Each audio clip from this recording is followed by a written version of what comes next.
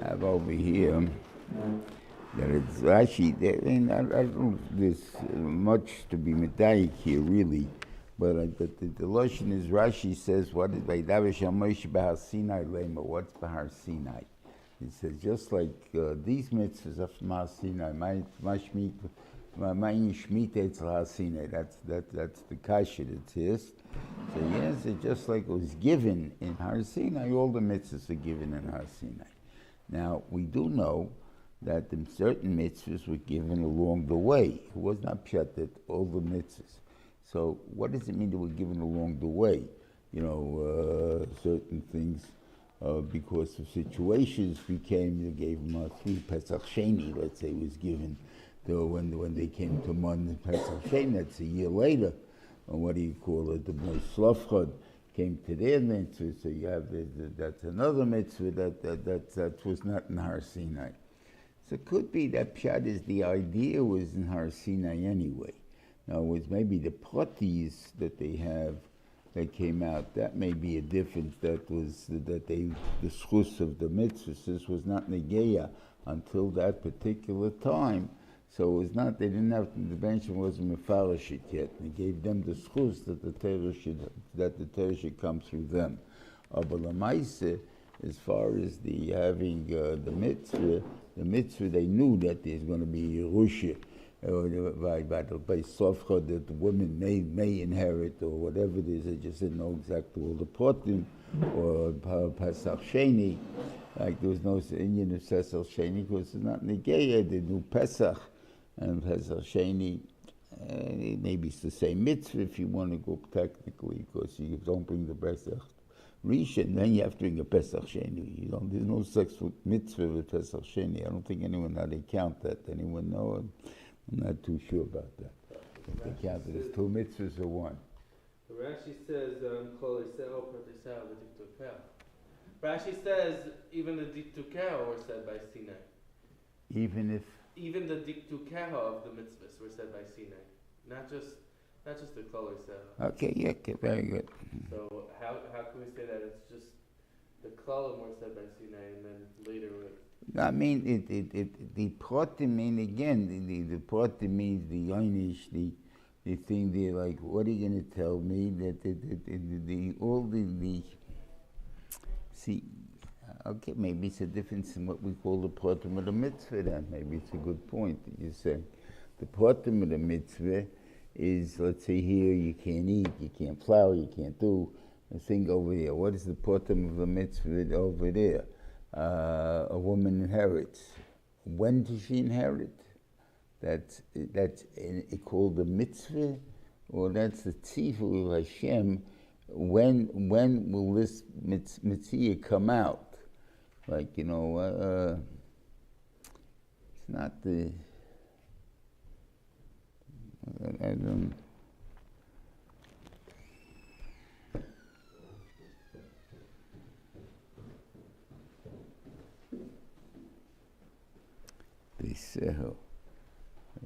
Because that's not in the mitzvah, just the technicalities of which ones would do it. Here it's not a technicality. Here you're telling me that the fruit, the vegetable, whatever it is has to be, you have to leave it alone. So the pratim, it's so that for 7 years, you can't even have anything that's afterwards, that's actually fixing the plant and stuff like that. I don't know.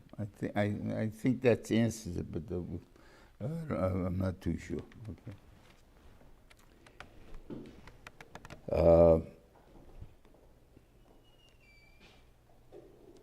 Yeah.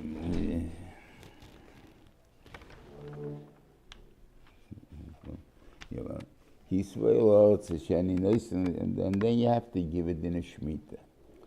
And we see the concept of 7, which is whatever it is there, like the Benishom, or it's not called Shabbos Lashem, why is it called Shabbos? Benishom, you're resting, not the Benishom resting, but there is the same concept of 6 to 1, whatever it is, and there's many things that the 7 is in Kabbalah, there's a different inyanim of 7.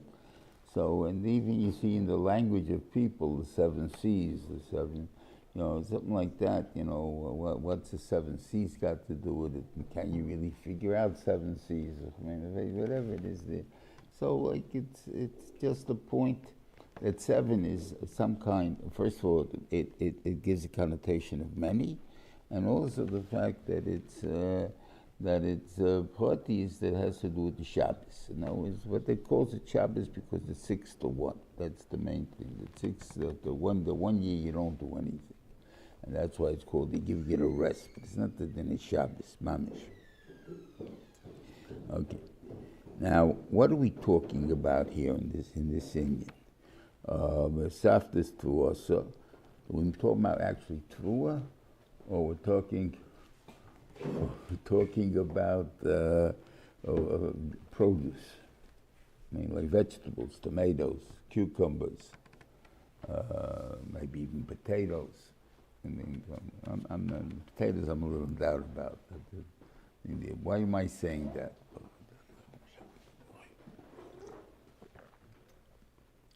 In Bechukaisai, we're going to learn about the bracha of the Teicheche, that v'chaltem yoshim noishon. You guys are going to eat yoshin noishon. So I'm eating yoshin noishon, that means I'm eating 3-year-old crop, right? If that's the case, how are you ever going to have a problem that there won't be any fruit? Right? I'll always have food, because it's a little silo. I'm eating so it can't be talking about grain. We'll talk about later on what it means, grain. But right here, l'chayru, we have that steer. You're going to have grain in the silo for 3 years, so automatically I have food for Shemitah. So I have no shaylas, I have no kashas, I have no what do you call it. You have to tell me any chidushim. What I think the Torah is telling me is the Indian of the vegetables and fruits which are fresh. That's the only time you can get them, when they grow. In other words, after that, then you can dry them out, you can do this, but you're not going to have an orange is only going to be an orange when you eat it off the tree. It's not going to be another orange like that. Anything there. I'm not going to die maybe from not having oranges, vitamin C and stuff, if I can dry them out. I don't know if you can, oranges or not. But definitely you can dry out peaches and dry out these things, So I could dry it out and make it last, but that's not what we're talking about. We're talking about if you want a peach, you want a peach off the tree, 3-minute king cup, I want a fresh peach, apple, pear, whatever it is. I want something. I don't want a dried out thing. I want the stuff. So that was what we're talking about. And that grows by itself a lot of times. The tree itself that's growing, it will continue producing. There's nothing to do. You'll have even things that grow on the ground, seeds drop, and stuff like that. Grain is you very probably wouldn't have too much unless you plant it. You have to throw down the seeds in order for it to grow up. It's not the thing. Obviously, when you start any product, you're going to have to do that. But it has to be because you chop everything down, and you take all the seeds away to grind it and stuff like that. You have to have a replanting of those things. So those are the things that we're talking about. So that there's maybe won't even be there. It's not even the gayat. You'll have individual stalks of grain that grows, so there'll be a few grains, but that's not going to be something that sustains you. It's not going to be the problem. But the vegetables and fruit, that's a constant thing, and on Shemitah you're not going to have them, unless you just have it off the field, and each person is going to take it as much as he needs. But he can't take it put away. He can only take what he needs on the thing over there. Okay, so this is what that is, okay? What Shemitah is. And then you count 7 make things in the Shemitah. Now Shemitah, you make a Yovel. Now Yovel is not it's not 51st year. The 50th year. It's going to be the the first of the second of the next 49. It's going to be that you're going to have the 49th year of Shemitah, and then the first year of the next one is going to be Yovel, and then so there's 2 years in a row that you're going to have that you can't plant.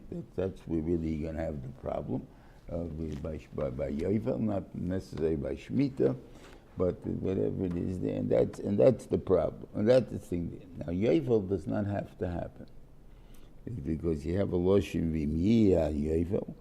So Pshat is when the Yovel, the Gemara says, is totally on the Metzias.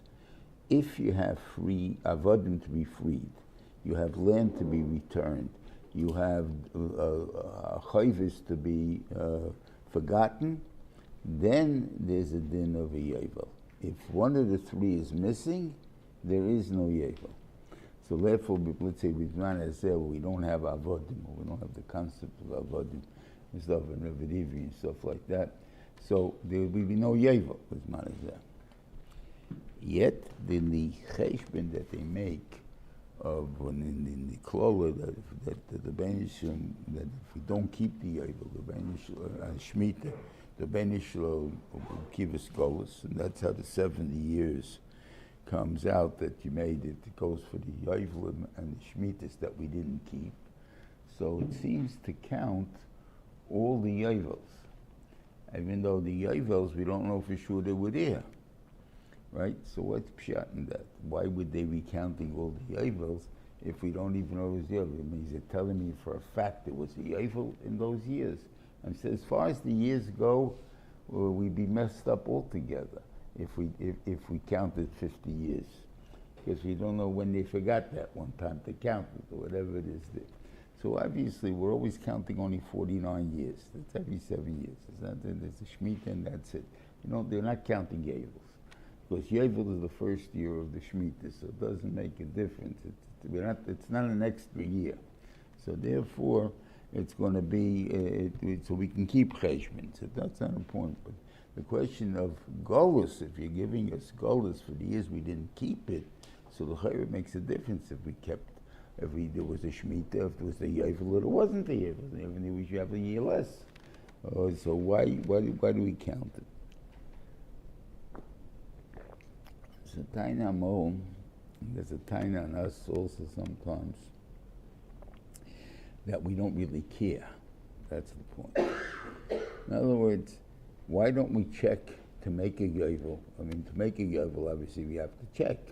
If people are doing things, people are not doing things, they have avodim this year, there were the loans this year, the people their chaylik this year. I mean, they had to check into it. People don't bother checking because they don't care to keep it.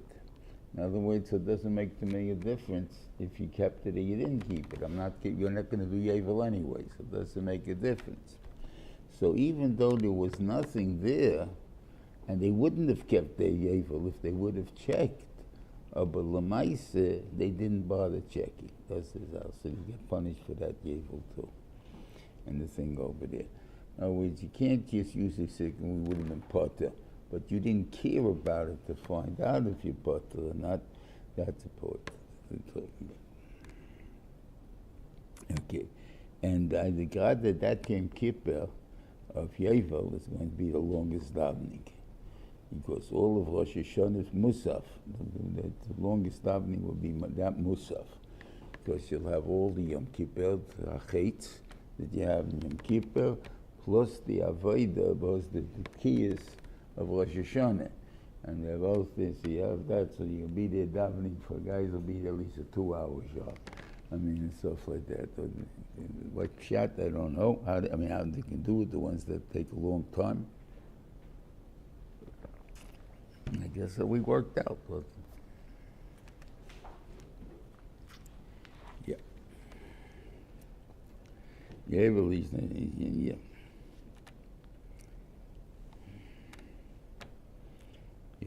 And the concept of Yovel is called Olam, whatever it is that's 50 years is considered, I don't know, Pshat to say it's a lifetime, I don't know, but it's called an Olam forever. Obviously 50 years is not forever. Most people live more than 50 years. It's not even shy of what to call it. Why is 50 years a cheshbon? But obviously it's a long time. And I would think that the reason that we see that by Shmuel, alluding there, when Chana made the neder, she said, I'll give him as a alonu ta'kodesh baruch hu ad olam, forever. And he died at 52. He was 2 years old when she brought him to the to Shiloh, and he died at 52. So obviously, olam is that's a lifetime. Whatever it means, it's a lifetime. Okay, we'll talk about that with Avad in a little bit longer. Okay. Now it tells you here an Indian of how you're supposed to sell a ste'achuza. Ste'achuza, you're supposed to sell the fee the years that remain in the yovel. Let's say, for instance, 25 years into the yovel, you want to sell the field, right? So it's not pshat that I sold in the field forever and ever and it comes back in the yovel. The pshat is I only really sold it for 24 years. That's the way it works. And how do we do that? We do that the fee, how many crops, that means 24 years. So whatever you paid for it, you divide it by 24. And for every year the guy doesn't redeem it, you take off 1/24th, and then I think that's the way it is that he can redeem it. Okay, so why call it a sale? Why not say you can't sell it and forget about all the whole business? No. Why the terminology of selling? So I guess maybe that also is a point that the Torah wants to tell you, that to stress to you, the Bailis was saying the whole idea of this is pshat that the ben shemish techarayin in my business. In other words, this you can do, this you can't do, this you can't do. I own the field. You don't own the field, it's not yours. To the point to say, you want to sell it, a person normally, if he wants to sell something, he has an asset, he has real estate. So he can rent it. If that's not enough, he'll sell it finally, whatever it is. But you always have something above renting and stuff like this. Here, it's called a sale to tell you have nothing more than renting. In other words, more than this, you don't have you don't have no bailas on. You can't sell it. It's nothing for you to sell. It doesn't belong to you. That's the point. That's where it goes. Only levida cheshbon. It's called a sale to make so that you understand this is your final madrege of what you can do.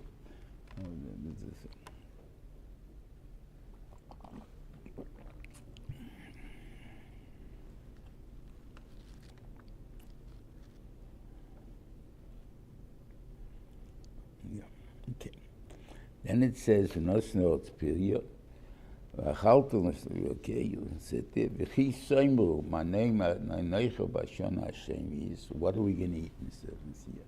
So when are you going to ask this question? When Shemitah is coming up, right? Take a look at the storehouses. They're not yet completely full, but you're learning the Shemitah, because if once they saw the bracha, if they see the bracha, right, so it's a kasha. Right? So you saw the bracha, so what do you mean? We'll eat what we have. We have a whole bunch of stuff in there. We're off. We can take a vacation for a year. What's our problem? Right? So obviously, there's a point that they won't see the bracha at that time. Why? Won't they see it? Are you eating Yosha Nation and those things there? But that's true. But Afal PK, we didn't see the bumper crop. And we're still afraid because every year you need a thing, even though we have it. But if I'm missing a year, so I'm going to be not going to have the Yosha Nation in the future. So therefore, whatever they're asking for, that. The Rishiva Zatzal asked the question.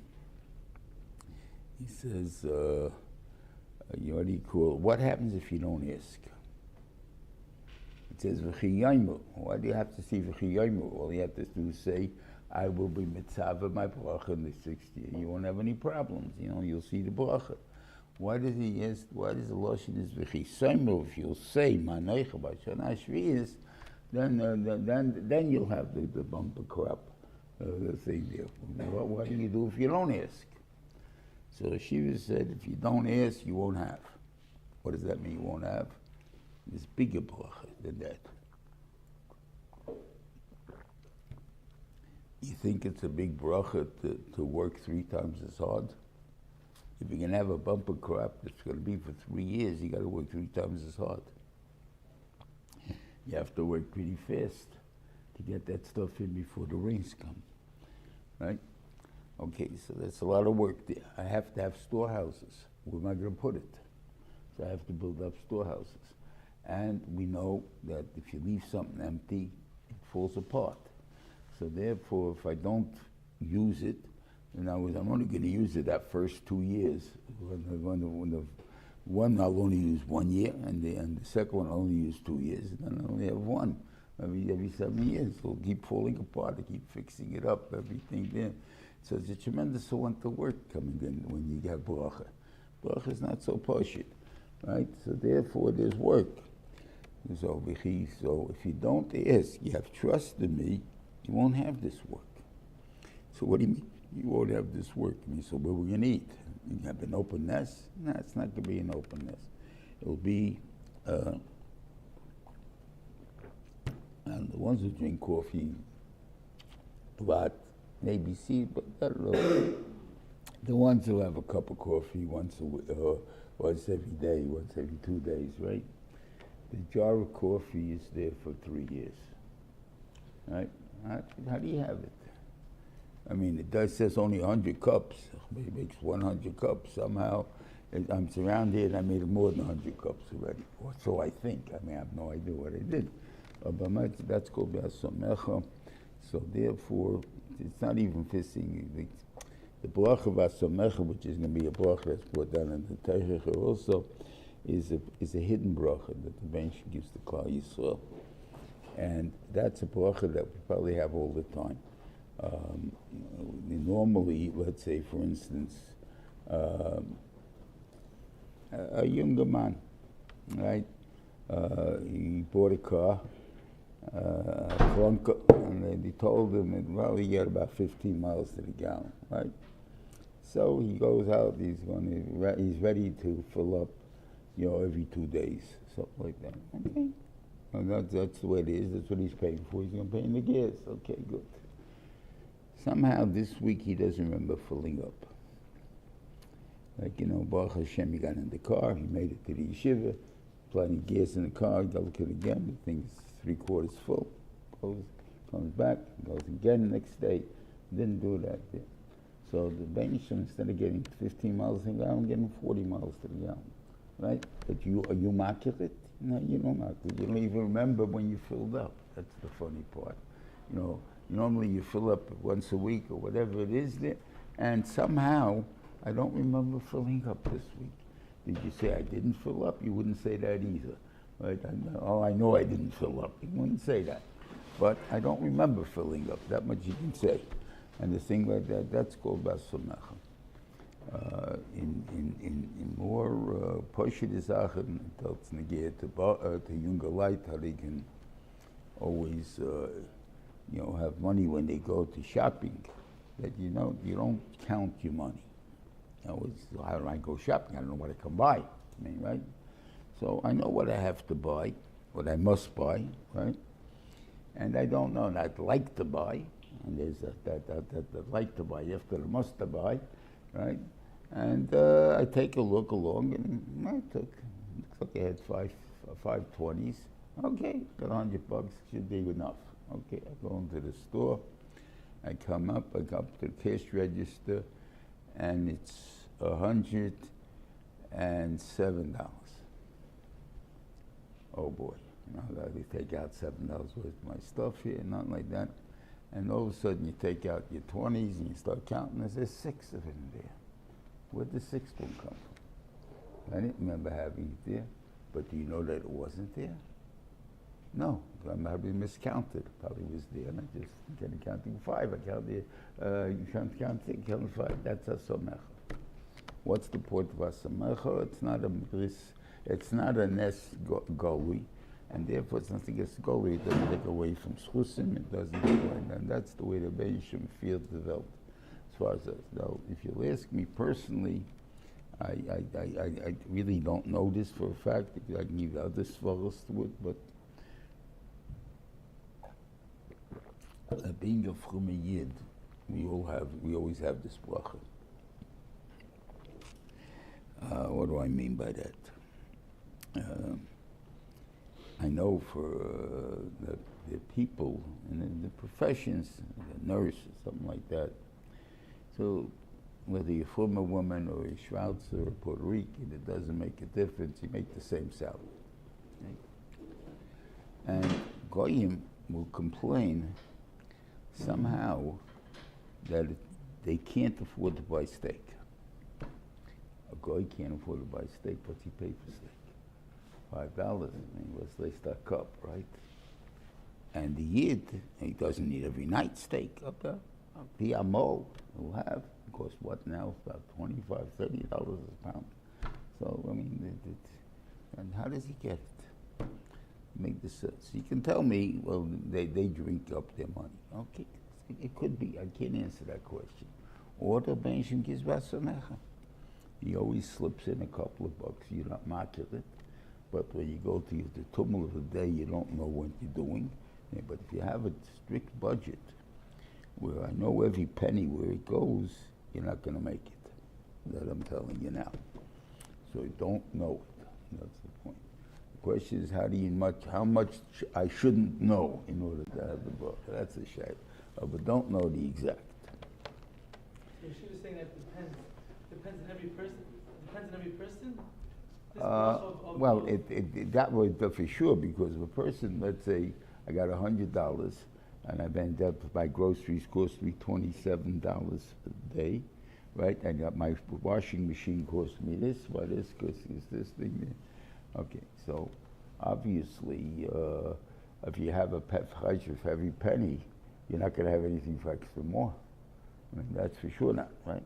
Except, like you said, like the car, maybe all of a sudden the car got a nest happened to the car. My mileage is terrific. But obviously, like this, there's no thing there. But what happens is that the Rebbeinu Shalom, I say, probably has to do it.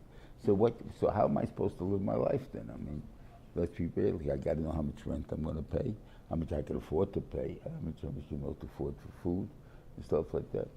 So he's saying, my rent, I have to have X amount. I mean, years ago, I remember as a kid, the lotion that my mother used to use, the other one was 25%. That was a quarter of your month's salary goes for rent, and the rest goes for everything else. But a quarter goes for rent. So that was the one thing. So I take a look at that. There's utilities and stuff in there. Now the trouble is, we always stick in and for incidentals, right? In other words, we always know something's going to go wrong over there, and there's this thing. Why are you saying that? Why you even have a cheshbon for that? Nothing in there. You know, with the thing, I don't want to be caught off here. So that's the case, and you have no, then there's no, if I count every penny, it's not going to be. But if I say, oh, I see, I have enough. I have this. Oh, I got enough of that, I got enough of that. Who knows what will be there? So I don't bother counting the extra. So that extra, we don't know how far it's going to go. That's the point. That's the asomecha. And as I say, that can be, we don't have any idea. Not even talking about how the Rebbeinu gives us bracha every year, which is, this is, let's say, or even give us a bracha, I'm not changing my job this year, right? And Mizaynesav Shalodin, Mizaynesav Rosh Hashanah, right? So, what do you mean, I get the same job I had last year, and they didn't give me a raise. So what's the difference? What do you tell me? It's Rosh Hashanah. I know I can tell you 5 years before what's going to be. No, it doesn't say Parnasaisov.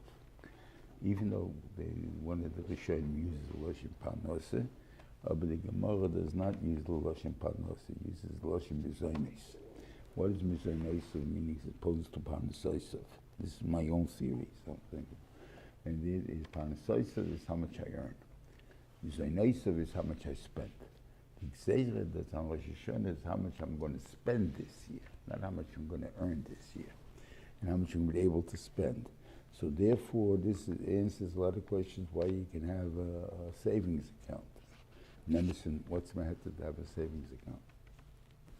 I mean, since the Suvnai Rosh Hashanah, so they'll tell me Rosh Hashanah what I'm going to get. So I can't get rid of what he's saying.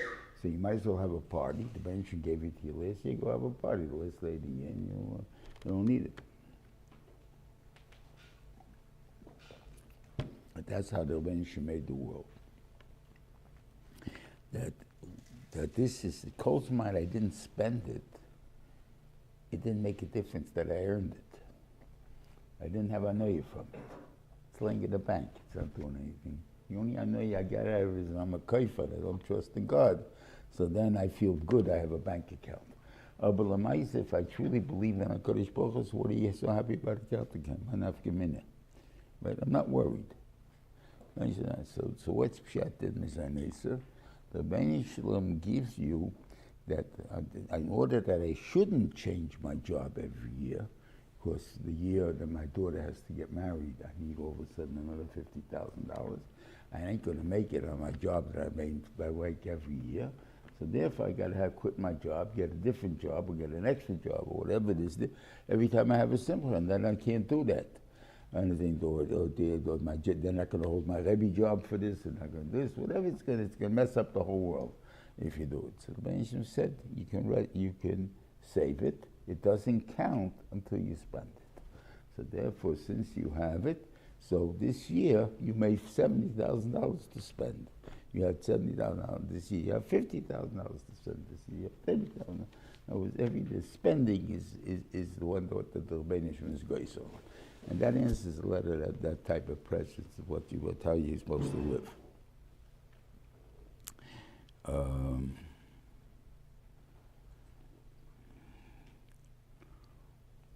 Okay.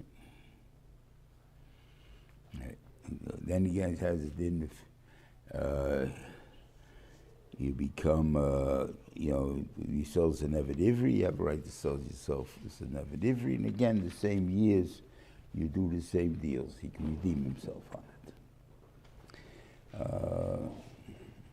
And the Eivel, he must go out. That's one thing that even though an Eved Ivri is only 6 years, especially the ones in Bezdin, he has a head to become a nirtza, what he called, but they put a hole in your ear, what you get to wear earrings. I mean, the thing though, this is the thing there, but it's not a nice thing, not a good thing. But you have no choice in Yovel. Yovel, you must go out. The reason that we made the union of an Eved Ivri is it's a rehabilitation program. It's not a punishment. It's not the point of it's a punishment. I'm going to be an Eved to somebody, that's a big dignity thing there. That's the thing. There is to it the fact that the Bnei Shalom is telling you did a bad thing, you stole. You are not a full Jew anymore. You're mutter neshifri kananis. What you're not regular Jew is not mutter. That means that you've lost part of your Kedushas Yisrael because you were more B'Hashem. That's the only one that the Behar that the Russian more B'Hashem is by Geneva or cheating or any type of thing of that sort. Why? Because what's your machshava, what you do it? Why are you doing it? Because I think the Benjamin is not going to give it to me unless I take it by myself. That means you think either he has no care to give it to you, or pshat, you can take something that God don't want to give you. Either way, it's not. There's no such thing. If you believe that the Benjamin is the Benjamin, you can't take anything he doesn't want to give you, and he can always give you whatever you want. So therefore, both machshavas are not good. And therefore, by them, it's Lucian Sai, Elon Sai, in Nasai, and say, and the concept of Ivri is only on stealing, on this concept of you taking. Okay, so that's an Eved Ivri. Now, what can you do with an Eved Ivri? An Eved Ivri can only make him a CEO. I mean, there's nothing else to do with him. I can't treat him like an Eved. I can't get him to do the dirty job. I can't make him polish the shoes. Somehow it's passionate that he should be polishing shoes. So it's passionate, so he can't do it, so I got to polish my own shoes. On the other hand, if I hire somebody, I can give him any job I want, because there's no such thing. Remember, even the Shel Aloch in this thing, but the guy, the one guy was asking the Shel. There was a yeshiva that that a Rebbe came over to the guy who made the yeshiva, and it was the fundraiser, the one guy who raised the money and stuff. And he told him that, you know, I need a bigger salary. I can't do it. He said, I'll tell you what. You think if I make you head of the goyim, you'll be all right? Okay, how much you paying? Okay, you're paying. Like, whatever you can save from the goyim, that's your salary. Okay. So he figured the goyim can do it. You know, he'll be more strict on them. He'll be whatever it is. No, one time the guy don't show up. So what does he do? So he takes the job of doing cleaning up, right? Cleans up. At the end of cleaning up, he found that he had two goyim working for him. So he found that he can do the work of the two goyim in 2 hours and stuff for that, instead of paying them for 2 full days. And did it. So he would get the full salary of the two goyim for himself. That's what he did. So Baruch Hashem. But not only that, even another yeshiva that gave him the same thing. So he was able to do 2 yeshivas all by himself, and he collected all that money from the 2 yeshivas, plus what he used to have in the morning. Then came along the do-gooder parents. I put this a do-gooder because they didn't take this into consideration. This pasnit that the Rebbe should be a guy that's cleaning the building, right? So the guy, he came to him. He said, I have no choice. You know, the parents are complaining. I'm misusing the cover of the Rebbe. I have to fire you. And the stuff that you think this is nuts. If that's the case, I could think of that being the cleaner. And the thing over there, and that was the Shiloh that came. This guy don't want to give him up as a Rebbe. No, you're a good Rebbe. I don't want to give you up. And the other guy says, yeah, but I can't make a parnasa with being a Rebbe. I have to have the cleanup. So they think, okay, that's not negate what happened. I don't remember what happened. But the Maisa, you understand that, you know, I'm old. It's not a bezoyin. It's not a what do you call it? But how did I put that in there? As far as being an Eved. So an employee can do whatever he wants because I'm selling my dignity. I'm charging you for it. And therefore, whatever it is, it's a fair arbit. And the Tanoim and the Amoraim both tell you learn how to skin animals in the street and stuff like that. The personal thing, if I'm doing an honest living and I need the panosa, there's no such thing as a bezoyin. I mean, Hillel is a wood chopper. Rabbi Akiva, okay, was an Amorah for me, he was a wood chopper. But Lamaisa, Rabbi Akiva, Hillel was a Talmud Chacham. He was coming to the yeshiva, he's paying to get in, and stuff like that there. And he's a wood chopper. Why? Because he's a strong guy. It's the easiest job for him. I mean, you think sometimes you figure out why this guy picked this job and this job. Because he's Baruch Hashem, he had good muscles. He knocked down 2 trees in 15 minutes. He went to the street over there, he chopped it up and he sold the pieces. And he had enough money right away. I think Dalton did. So so it was easy for him. Normally you have a problem.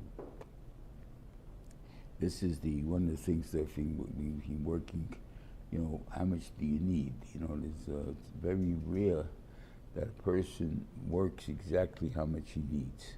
It doesn't work that way. You know, I need you for 8 hours. I don't pay This is the salary for 8 hours. But I'd like to work only 7 hours. I'll take a little less because I don't need as much. Of course, it's going to take. I made a king cup. It's that's an 8-hour job. There's no such thing as I want to break a window. A storekeeper probably could do it.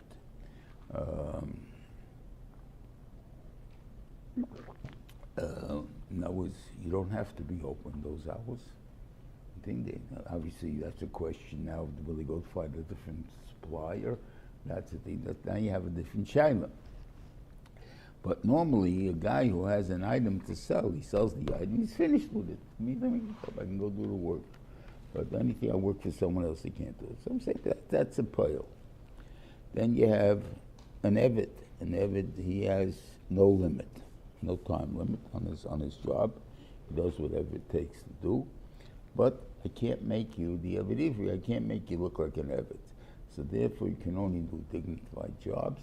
And dignified jobs, I say, is running the company. Anything else, I don't know what's dignified. So that's the shayla. Okay. Anyway, okay, we'll talk about that in a minute. What halachas is negated to us in this, you know. Now, it's an inyan of no bati orichayma. Bati orichayma is not like in not like what Ixteachus say. It's not the same thing. They have a law that you can redeem them only for 1 year. If you don't redeem it in that year, then the guy who you sold to keeps it. That's why you have the shaila in the union of Mitzvah that you have that you negoy bias. The pshat is over there how it's shaykh that the first guy didn't find the money, the second guy didn't find the money, whatever it is. You only have one guy, whoever took over the land from the thing. This what's the shad? It says money. No, because it's a bati orichayma, so he could have had 5 owners on this house. Now you found it in the 5th ownership, so who do you return it to? I don't return it to anybody. I return it to me. I keep it. Why? Because that's money that no one, when they owned the house, knew that it existed. So that money you're allowed to keep. That's not called a bailus. There's no bailus for something that you don't know you have. Now, how far does that go? That's a good shayla. I'm not getting involved now in Bamitik stuff. Like, for instance, you have the shayla, according to what I'm just telling you. So, let's say, how many times a person goes through his house and he's cleaning for Pesach, he's cleaning for something else. Oh, I don't remember having this. Or, I don't remember having this. And all of a sudden it's like a new chiddush. So let's say if someone would have stole that for you, would it be able to gezel or not? Right? So the truth is, he probably would not, except he had no right to trespass in your house and to steal out of your house. So therefore he's a gazel. What happens if I lose it in the street? I have no bailus on it. I don't even know I had it. So what if you had bailus? What bailus do you have for it? It answers a lot of questions. I'm not getting involved in that now for it. In use? What? Not knowing about it in use? It's not even yush. It's not even shaykh bailus. And you bought it at one point. Yeah, but you forgot about it. Right. Right? So therefore, if I ask you, do you own this? What are you going to tell me? No. Right? I don't know something that relinquishes. That's what you're going to tell me. So if you don't know, you own it, then you don't own it. I mean, the thing there, you say, well, what do you mean I don't own it? Own it's in my pocket, right? That's what makes me own it. So now we'll tell you what makes ownership. Okay, and what about if something that doesn't fit in my pocket? So therefore, I say, you're right. In my pocket, it's mine regardless because it's in my pocket. Just like you can't come into my house, it's in my house. But it's not in my house. It's not protected. So then, why would it still be yours if you don't even recognize it that it's yours? You'll pass it every day and I'll ask you, is anything here yours? And you'll tell me no. I'm going to say, oh, you see, well, nothing belongs to you, right? We must and I can take everything there? No, right? Because you're just saying, I forgot I owned it, right? I'm not going into what it would solve for Klal Yisrael. This tradition, on the other hand, it's my table, so I ain't saying it, I go do it. So, but I'm just saying what this thing over there, okay. So you have the point of not telling anybody, or not. I want to buy, I'm going into real estate, right? Now, there's several reasons why property is valuable. One is the area, location. We all know that, okay. So they're depending on the area, but the area changes every so often. That's what's called real estate. In other words, where the east side was once Alterheiser, go down there, you won't recognize it. So therefore, I haven't been there in a year, but I was there not a year before, and I didn't recognize it already. That's how many knocking down all the tenements and putting up new housing and stuff like that. It's not something you don't recognize. It's a different place. This goes all over. Any section they're rehabilitating, when it gets down to be a slum, all of a sudden they come back one guy and he buys up the whole place and he builds up a new city over there. All of a sudden he's making money. Okay. So that's one way of making money.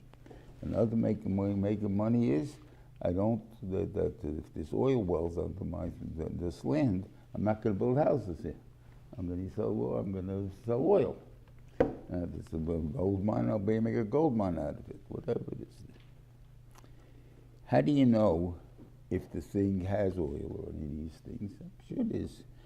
I can go and dig my hole. Am I allowed to dig in your land? That's a different story. I'll dig my next door next to you, whatever it is.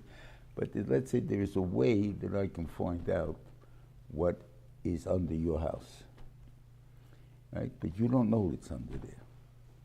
So then there's no chiyuv on me to tell it to you. And at the same time, I can buy it for its value, whatever you think the value is. Where do we see that? From Avram Avinu, right? Avram Avinu, with the Medrash that supposedly how do you know with Mios HaMachpelah and stuff like that? Because one of the cows, or one of the oxen that he was going to make for the Malachim ran away. He followed it till Mios HaMachpelah, and he found Mios HaMachpelah, but that's Mios. How many years is from the Malachim until Sarah dies? Right? It's at least 41 years, because 38 years. He's 37 by the Akedah, Yitzchak. She dies by the Akedah, so that's 37 years, and this is talking that he's going to get pregnant, so it's 38 years. So it's 38 years. Earlier, this Meises, for 38 years, he doesn't tell anybody that Adam and Chava are buried there, right? He comes and he goes in there, and so far he sees that nobody took advantage of burying anybody there. 38 years later, he wants to buy the thing from him. He doesn't tell him, Adam Chav here, because I'm sure he wouldn't have sold it in that case, and whatever it is there. So I'm not mechuyev to tell you, because what you don't know is things you never were kind it. Same thing with the money we said in the Bati Yochayma, and by the Nega. The first guy bought the Bati Yochayma, bought the house. The second guy bought the house. Third guy bought the house. The money was put there by the Canaanim, all the way in the beginning. So how come it doesn't belong to that guy? So why don't I have to give it back to that guy? And therefore, it's because they didn't know he owned it. What happens in the case like you just said, where I forgot about it? But not that I forgot about that I ever owned it. That, I'm saying that we just said, maybe that's not even Bible, right? What happens is something that I forgot. I owned it, let's say, but when I start to make my cheshbenis, where is that? Okay, you have the Maisa with Shimon ben Shotach and the jewel from the Arab. Right? He bought a big donkey from an Arab, and then Shimon and the Arab forgot a diamond or whatever he did on the donkey. So he said he has to give it back. Why do you have it back? Because I didn't buy the diamond. I bought that, and the guy did not forget about the diamond. He just forgot about it for the moment. He didn't remember where he put it. Right? But in 15 minutes from now, he's going to go looking for his diamond. So he had no diamond. had no shaila that he wasn't selling me the diamond. That was the thing there. So therefore, that you have to give back, something like that. So because that the person remembers or will remember in a short period of time that he had it, and stuff like that. Let's say the person thought he had a fake piece of gold. I'm sorry? The person thought gold was fake, but it was really real. A piece of gold. Yeah, gold. Gold. The person thought it was fake. I know it's real. Am I allowed to trick him and think that he should keep on thinking that it's fake? That probably, that's fooling you. I probably even not even do it normally. Right? So when you go in to buy a pair of earrings, you know if it's gold or not. I mean, it doesn't make a difference as long as it shines and looks like gold. My wife's going to be happy, right? So if I buy it for, why should I pay for real gold? I'll buy it for this. And yet, if I told you it's real gold, you're a crook. If it's only gold plated, right? That's why I do this by the nafkamina, by the kedushin always. Yes, the color because the banted Rabbianai. Yes, the color of they told him when he bought the ring, they told him it was gold. But you may even see a 14K on it, right? The guy could put it on himself. It doesn't prove anything, right?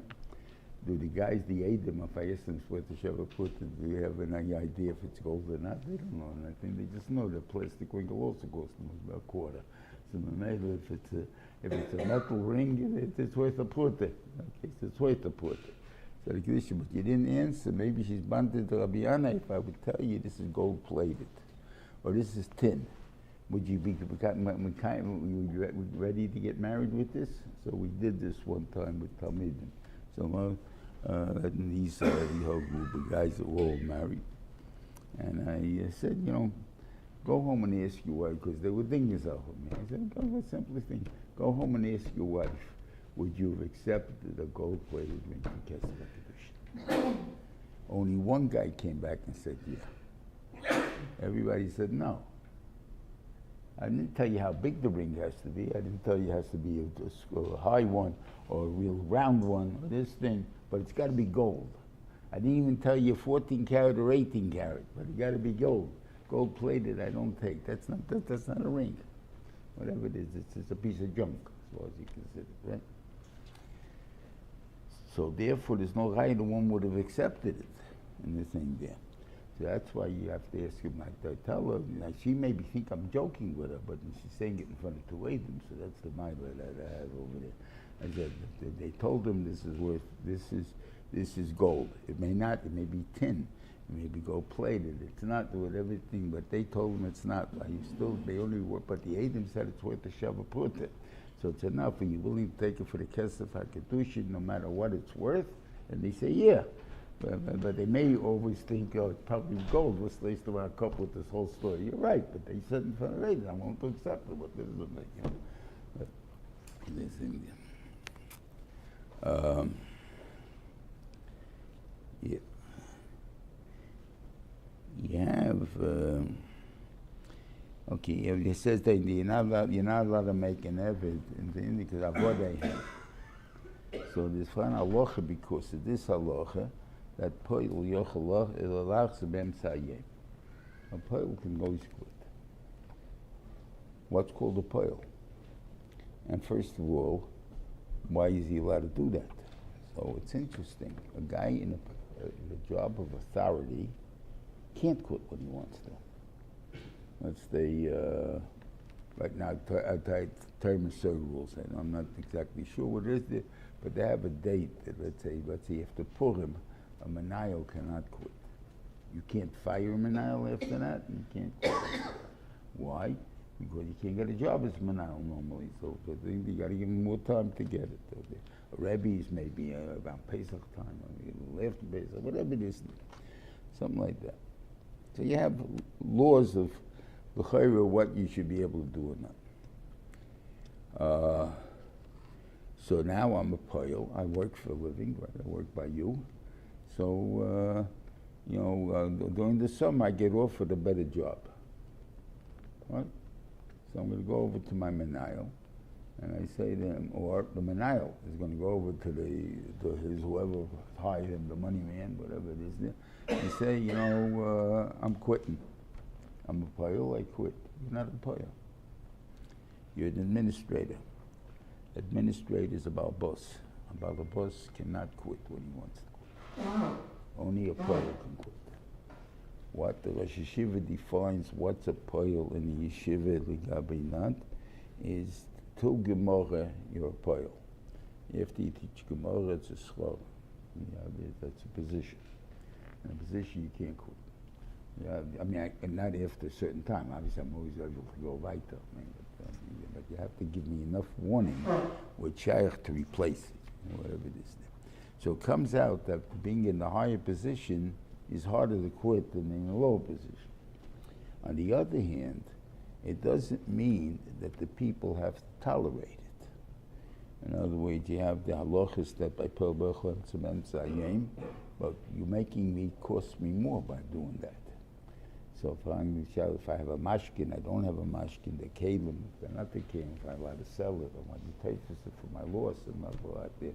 Because obviously if I hire you for a whole day, I expect to get a cheaper rate than if I hire you for it per hour, right? Because you have to make a living, you're going to figure out maybe I'm not going to work the whole day, so I'm going to have to charge you more. If you're working the whole day, I don't have to charge you that much.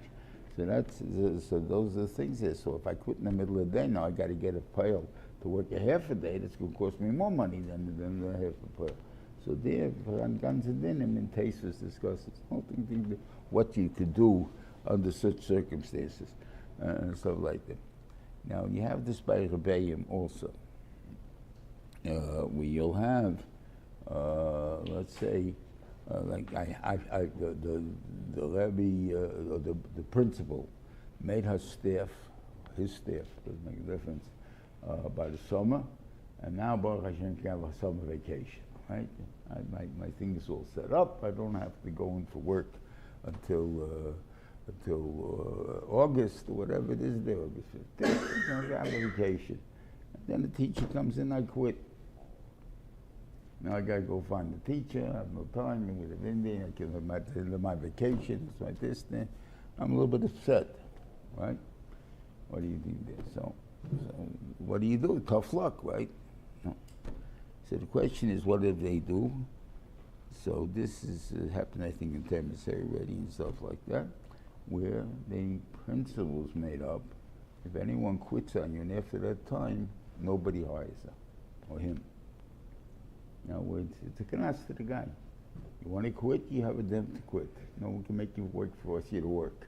Or you're not going to get another job. I'm not mechuyev to give you. I'm not mechuyev to put you in the thing. I know you're not going to live up to the job. Okay, I can't afford to hire you. You're not living up to the thing. So you can do that.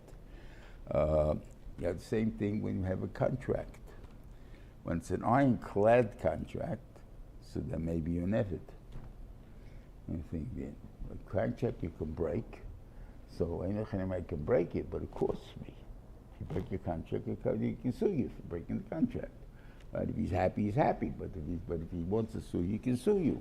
So if that's the case, then you're still not an evet, because I can break the contract, cost me money, but I can break it. But ironclad that I can't break, so then you're an evet. That's the thing. What's the difference in evet and not an evet? Now, in history, where we had avodim, in the south, we definitely had avodim, and you have Fumiyid, and I don't know how Fum they are anymore. I mean, I haven't seen them in a long time. You do have individuals, usually they're geichem, that you'll see some schmaltzes, they're usually geichem. But there was once a demonstration for Shabbos many years ago. I was still a Behar, I think, so I was still a kid. And there were Schwarzes there, and they lived in Brooklyn, in what's that? The two names, the Schwarz and what do you call it? Bedford Stuyvesant. And they had a shul there and everything else, and they were from Avodim. I think the name was Taylor, I'm not sure. They were from Avodim, from the south, from there. They were Avodim Mishucharim, and they had the thing there. So they were pretty much former guys. So they weren't Gerim, they wanted to do, they were Avodim Mishachor.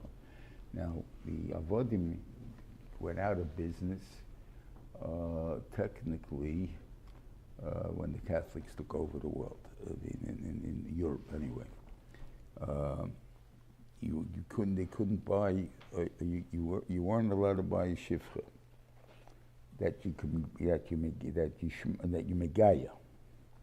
So I can't make a shifcha kananis. What do I have to shifcha kananis mekabel mitzvahs, right? That means I made her Jewish. Made her Jewish, so there's death penalty in those years. So that was not that. So the shaila is, what halacha do these women have? They were actually in the feudal system. They were actually avodim for all practical purposes. They were avodim, and you have to, and they were treated like avodim. They lived by you. They were totally never married, never whatever. There was mezana and everything, all the shmutz and everything else, but they were going. And the thing, Dalton, and the thing, how was I allowed to keep them and stuff like that? And that's against halachas. You're allowed to keep an Kenani that doesn't want to take himself to be obvious. You're not allowed to keep him. So therefore, how were they allowed to keep these people? So what was the technicality in this ganze Shabbos Ligabi? Bishalakim on them, which is very interesting, because since they are technically avodim, because you own them, so maybe it's mutter. On the other hand, they're still goyim, so there's sosa. So this ganze Seforim, it's impossible somebody didn't throw something in the fire. Don't forget they didn't make it on a stove. You made it on the fireplace. So something, where do you throw the garbage? Fireplace. So somebody must have thrown a piece of thing there, so into the Bishalakim Shai. That's all. It's nice suffix. It's very nice to do, but these are talking about Meforshim. They're talking about this thing, of how this thing is. So these there are in Yonim that if Shaykhis to Evet Kenani, not Shaykhis to Evet Kenani, and all these things. But every is the regular contracts. That's the thing you have to worry about. Well, good Shabbos, everybody.